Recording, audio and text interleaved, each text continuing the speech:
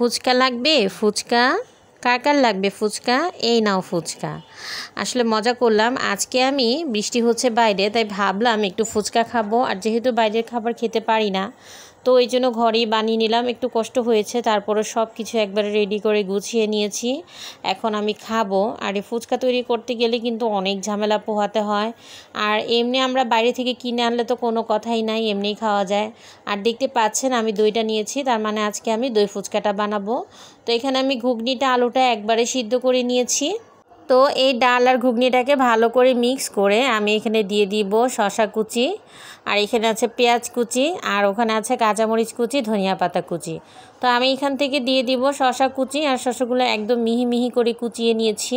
আসলে বাসায় বানালে যেরকম খেতে মন চায় সেভাবে তো ইচ্ছা মতোই বানানো যায়, তো আমি সেভাবে করেই বানিয়েছি, আমি আমার পছন্দ মতো বানিয়েছি। আর এই তো দেখতে পাচ্ছেন এখন আমি এই দুটো দিয়ে তারপরে এখানে আমি কি দিব, এখানে আমি দিয়ে দিলাম হলো 5 ফোড়নের মশলা। এই 5 ফোড়ন গুঁড়া করাটা আমার মানে আমার বাসায় এটা সবসময় থাকে। আর সেই সাথে আমি এখানে দিয়ে দিব কি ঝুরি ভাজা।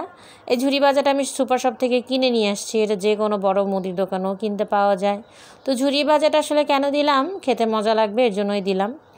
আর এই যে দেখতে পাচ্ছেন ফুচকা, এই ফুচকাগুলো আমি কিনে এনেছিলাম প্যাকেট হিসেবে, বাসায় এনে আমি জাস্ট গরম তেলের মধ্যে ভেজে নিয়েছি, তারপর এরকম গোল গোল ফুচকা হয়ে গেছে। এই তো আমি এখন সেই ঘুগনি মাখাটা ফুচকার ভিতরে দিয়ে দিব, আমি একটা একটা করে সবগুলো এভাবে দিয়ে দিব। আর এই টাইমটা আসলে আমি অনেক রিস্কে থাকি, মানে আমার মনে হয় ফুচকা বুঝি একদম ভেঙে যাবে, খুব ভয়ে ভয়ে আমি মানে এই ফুচকাগুলো ভাঙি। আর এই যে দেখতে পাচ্ছেন একটু জাতা লাগলেই জিনিসগুলো ভেঙে যায়, এমন একটা অবস্থা।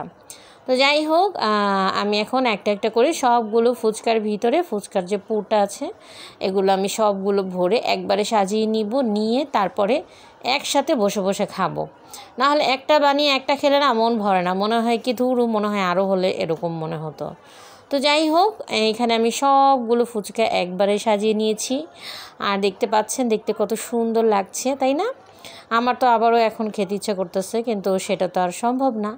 তো এই তো উপর থেকে আমি এখানে দই দিয়ে দিয়েছি, আর দইটা আমি একটু পানি দিয়ে চিনি দিয়ে বিট লবণ দিয়েছি, আর সেই সাথে গোলমরিচও দিয়েছি বেশি করে, দিয়ে তারপরে আমি দিয়ে এভাবে করে একটু নেড়ে চেড়ে মিশিয়ে এখন আমি ফুচকার ভিতরে দিয়ে দিলাম। আর তো কিছুই নাই, এখন জাস্ট ঝুরি ভাজাটা দিয়ে দিব।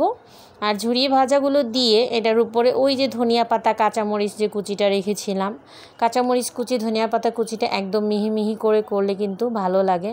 আর হ্যাঁ, উপর থেকে অবশ্যই আমি আরেকটু মশলা দিয়ে দিব, এটা ছিল জিরা টালা, মানে টালা যে জিরাটা থাকে না ওটাই। তো এগুলো দিয়ে দিলাম, দিয়ে তারপরে আমি এখানে আবারও একটু 5 ফোড়ন মশলা দিয়েছি, দিয়ে এখন ওই যে কাঁচামরিচ কুচি আর ধনিয়া পাতাটা দিয়ে একটু ডেকোরেট করেছি।